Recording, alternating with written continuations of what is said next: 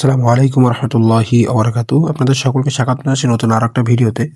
আজকে ভিডিওর মূল টপিক হচ্ছে হত্যার হুমকি পেয়েছিলেন হাদি। ঠিক আছে, আসলে কিন্তু হাদিকে কিন্তু গুলি করা হয়, তার মাথাকে টার্গেট করে কিন্তু তার চোয়ালে লাগে। ঠিক আছে, যাই হোক, গত নভেম্বর মাসে দেশি বিদেশি 30টি নম্বর থেকে বিভিন্ন ধরনের হুমকি পেয়েছিলেন বলে জানিয়েছিলেন হাদি। 14 নভেম্বর এক ফেসবুক পোস্টে তিনি জানিয়েছিলেন তাকে হত্যা, তার বাড়িতে আগুন সহ তার মা, বোন ও স্ত্রীকে ধর্ষণের হুমকি দেওয়া হয়েছে।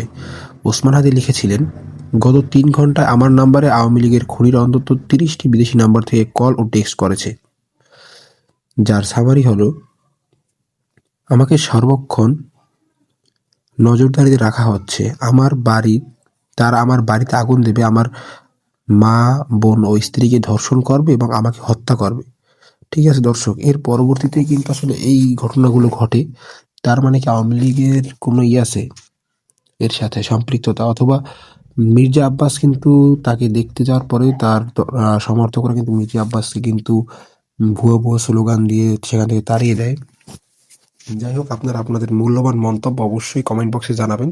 কমেন্ট বক্সটি ফাঁকা রয়েছে। ঠিক আছে, আপনারা আপনাদের মূল্যবান মন্তব্য অবশ্যই কমেন্ট বক্সে জানাবেন। পরবর্তী নিউজ পাওয়ার জন্য অবশ্যই আমাদের চ্যানেলটি সাবস্ক্রাইব করবেন। ভুল ত্রুটি হলে অবশ্যই ক্ষমা সুন্দর দৃষ্টিতে দেখবেন। সকলকে অসংখ্য অসংখ্য ধন্যবাদ ভিডিওটি লাস্ট পর্যন্ত দেখার জন্য।